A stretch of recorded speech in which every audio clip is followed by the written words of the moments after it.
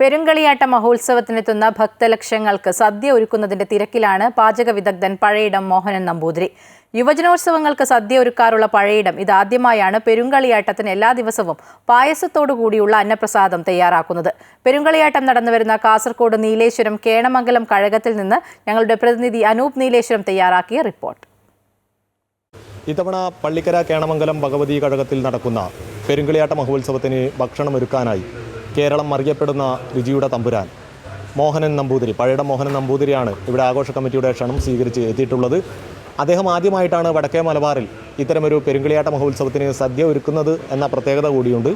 അദ്ദേഹം ഇപ്പോൾ ഭക്ഷണം ഒരുക്കുന്ന ഇടത്തു നിന്നും നമ്മോടൊപ്പം ചേരുകയാണ്. താങ്കൾ ആദ്യമായിട്ടായിരിക്കുമല്ലോ ഇത്തരമൊരു പെരുങ്കളിയാട്ട മഹോത്സവത്തിന്, ഒരു ഭഗവതി കഴകത്തിലെ പെരുങ്കളിയാട്ടത്തിന് സദ്യ ഒരുക്കുന്നത്. എന്താണ് ആ ഒരു അനുഭവം? ഞാൻ നാടാടെയാണ് ഇങ്ങനെ ഒരു പെരുങ്കളിയാട്ട മഹോത്സവത്തിന് വേണ്ടി മലബാർ ഏരിയയിൽ ഭക്ഷണം പാചകം ചെയ്യാൻ വേണ്ടി എത്തിയിരിക്കുന്നത്. വളരെ നല്ല അനുഭൂതി പകരുന്ന ഒരു വേദിയാണ് ഞങ്ങളിവിടെ നിൽക്കുന്നത്. അകത്തും പുറത്തും ഒരുപോലെ ചൂടാണെങ്കിലും ഞങ്ങൾക്കിപ്പോഴും തണുപ്പാണ്. കാരണം എത്ര ആൾക്കാർ വന്നാലും അത്ര ആൾക്കാർക്ക് ഭക്ഷണം കൊടുക്കാൻ വേണ്ടിയുള്ള തയ്യാറെടുപ്പിലാണ് എല്ലാ ആൾക്കാരും. ക്ഷീണം ഒട്ടും അറിയാതെ ഭഗവതി ഞങ്ങളെ കാക്കുന്നു എന്ന് ഞങ്ങൾ വിചാരിക്കുന്നു, അല്ലെങ്കിൽ ഞങ്ങൾ വിശ്വസിക്കുന്നു. അമ്മയുടെ ബലത്തിൽ ഞങ്ങളുടെ പ്രവർത്തനങ്ങൾ പുരോഗമിപ്പിച്ചുകൊണ്ടിരിക്കുന്നു. മറ്റന്നാളാണ് സമാപന ദിവസം. അന്നേക്ക് ഏതാണ്ട് 30,000 ആൾക്കാർക്കാണ് ഭക്ഷണം കൊടുക്കണമെന്ന് പറഞ്ഞിരിക്കുന്നത്. അതിൻ്റെ പ്രവർത്തനങ്ങൾ ഇപ്പോൾ തന്നെ തുടങ്ങിയിട്ടുണ്ട്. എന്തൊക്കെ വിഭവങ്ങളാണ് താങ്കൾ ഈ ദിവസങ്ങളിൽ ഒരുക്കാൻ ഉദ്ദേശിക്കുന്നത്? 2 നേരങ്ങളിലായിട്ടുണ്ടല്ലോ, വ്യത്യസ്തമായ കറികൾ, അങ്ങനെയുള്ള കാര്യങ്ങൾ.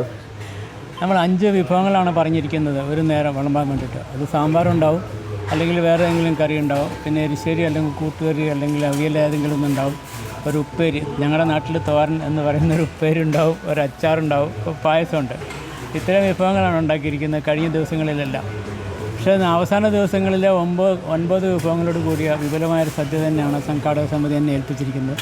അപ്പോൾ അതിൻ്റെ പ്രവർത്തനങ്ങൾ നടന്നു വരുന്നത്. എന്തൊക്കെ പായസങ്ങളാണ് ജനങ്ങൾക്കായി നൽകാൻ ഉദ്ദേശിക്കുന്നത്? ഏതെല്ലാം തരത്തിലുള്ള പായസം? ഇപ്പോൾ കഴിഞ്ഞ ദിവസങ്ങളിൽ നമ്മൾ ആദ്യത്തെ ദിവസം തന്നെ ചെറുപരിപ്പ് കൊണ്ടുള്ള പായസമാണ് കൊടുത്തിരുന്നത്, കലവറ നിറയ്ക്കലിൻ്റെ അന്ന്. പിന്നീട് ഉണക്കലരി കൊണ്ടുള്ള പായസം കൊടുത്തിരുന്നു. പിന്നെ ഞങ്ങൾ ഇന്നിപ്പോൾ പഴപ്രസവം കൊടുത്തു. പുറമെ ഗോതമ്പിൻ്റെ പായസം കൊടുക്കുന്നുണ്ട്. നാളെ കുമ്പളങ്ങ കൊണ്ടുള്ളൊരു സ്പെഷ്യൽ പായസം കൊടുക്കുന്നു. അവസാന ദിവസത്തെ എന്താ വേണ്ടതെന്ന് ഇതുവരെ തീരുമാനിച്ചിട്ടില്ല. അത് സംഘാടക സമിതി പറഞ്ഞിട്ടില്ല. പറഞ്ഞാൽ ഏത് പായസവും ചെയ്തു കൊടുക്കും. കലവറയുമായി ബന്ധപ്പെടുന്ന ബാല്യക്കാരുടെ സഹകരണത്തെക്കുറിച്ച് എന്താണ് പറയുന്നത് ഇങ്ങനൊരു ക്ഷേത്ര ചടങ്ങിൽ? ഇങ്ങനൊരു ക്ഷേത്ര ചടങ്ങിൽ ഞാൻ ഇത്രയും വളരെ ആക്റ്റീവായിട്ടുള്ള ഒരു ബാക്കപ്പ് ആദ്യമായിട്ടാണ് കാണുന്നത്. കാരണം നമ്മൾ എന്താ വേണമെന്ന് ആവശ്യപ്പെടുന്നു ആ സാധനങ്ങൾ എത്രയും പെട്ടെന്ന് നമ്മുടെ അടുത്ത് കലവറയിൽ എത്തുന്നുണ്ട്.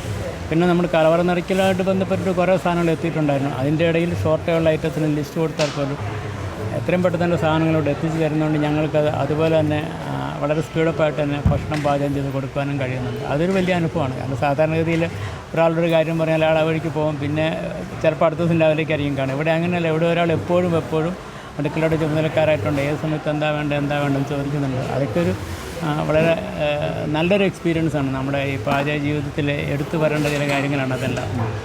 യുവജനോത്സവത്തിന് സദ്യ ഒരുക്കിയാണ് താങ്കൾ അറിയപ്പെടുന്നത്. അതിൽ നിന്നുള്ള ഒരു വ്യത്യസ്തത എന്താണ് ഇത്തരം ഒരു പെരുങ്കളിയാട്ടത്തിന്? അതും കാസർഗോഡ് ജില്ലയിൽ ഈ അത്യുത്തര കേരളത്തിൽ വന്ന് ഒരു പെരുമയാർജിച്ച പെരുങ്കളിയാട്ടം ആദ്യമായി അതിന് സദ്യ ഒരുക്കുമ്പോഴുള്ള ഒരു മനസ്സിൽ തട്ടുന്ന ഒരു ഫീലിങ്സ് എന്താണ്?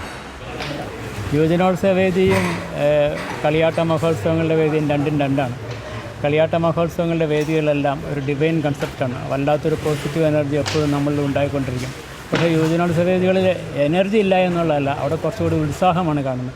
ആ ഉത്സാഹത്തിൻ്റെ പുറമെ പോയിട്ടുള്ളൊരു പാചകമാണ് കാണുന്നത്. ഇവിടെ അതല്ല. ഇവിടെ ഭക്തി പുരസരം അല്ലെങ്കിൽ ഭക്ത്യാദരപൂർവ്വം ചെയ്യുന്നതിന് നമുക്കും നമ്മുടെ ഉള്ളിലും വല്ലാത്തൊരു അനുഭൂതികൾ നിറയ്ക്കുന്ന പാചകമാണ് കളിയാട്ട വേദികളിൽ കാണുന്നത്. ഞാൻ എൻ്റെ ആദ്യത്തെ അനുഭവം കൊണ്ട് ഞാൻ പറയുകയാണ്, സംതിങ് ഡിഫറൻറ്റ്.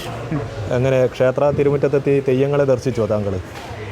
അതിന് കഴിഞ്ഞില്ല ഇതുവരെ. പക്ഷേ ഇന്നും നാളെയും എന്തായാലും പോയി കാണണമെന്ന് തീരുമാനിച്ചിട്ടുണ്ട്. അവസാന ദിവസമാണല്ലോ കൂടുതൽ തെയ്യങ്ങളെത്തുക. പിന്നെ നമ്മൾ ഈ കഴിഞ്ഞ ദിവസങ്ങളിലെല്ലാം രാത്രിയിൽ കുറച്ച് വർക്ക് ഉണ്ടായിരുന്നു. അപ്പോൾ ഇന്നും നമ്മൾ കഴിയുന്ന നേരത്തെ തന്നെ ജോലികൾ അവസാനിപ്പിച്ചിട്ട് നമ്മുടെ ജീവനക്കാരോട് എല്ലാവരോടും തന്നെ പോയി കാണണമെന്ന് പറഞ്ഞിരിക്കുന്നത്. കാരണം അവർക്ക് ഇനിയൊരു വേദി ഇതുവരെ വന്നോളുന്നില്ലല്ലോ. അതുകൊണ്ട് അവരും പോകണമെന്ന് ആഗ്രഹിക്കുന്നുണ്ട്. ഇന്ന് രാത്രിയിലും നാളെയുമായിട്ട് ഞങ്ങൾ പോയി കാണാൻ തന്നെയാണ് തീരുമാനിച്ചത്. 6 ദിവസം നീളുന്ന പെരുങ്കളിയാട്ട മഹോത്സവമാണ് പള്ളിക്കര കേണമംഗലം കഴകത്തിൽ നടന്നു വരുന്നത്. അതിന് എത്തിച്ചേരുന്ന ഭക്തലക്ഷങ്ങൾക്കുള്ള സദ്യ ഒരുക്കുന്നതിൻ്റെ വിശദാംശങ്ങൾ പങ്കുവെക്കുകയായിരുന്നു പ്രശസ്ത പാചക വിദഗ്ധൻ പഴയിടം മോഹനൻ നമ്പൂതിരി. വളരെ വ്യത്യസ്തമായ രീതിയിൽ ഉള്ള ഒരു അനുഭവമാണ് അദ്ദേഹത്തിന് ഈ പെരുങ്കളിയാട്ട നഗരിയിൽ നിന്നും അനുഭവപ്പെടുന്നത് എന്നാണ് അദ്ദേഹം പറയുന്നത്. പായസത്തോടു കൂടിയുള്ള സദ്യയാണ് എല്ലാ ദിവസവും ഇവിടെ ഭക്തർക്കായി അദ്ദേഹം ഒരുക്കി നൽകുന്നത്. കാസർഗോഡ് നിന്നും അനൂപ് ഗണേശ്വരം, അമൃത ന്യൂസ്.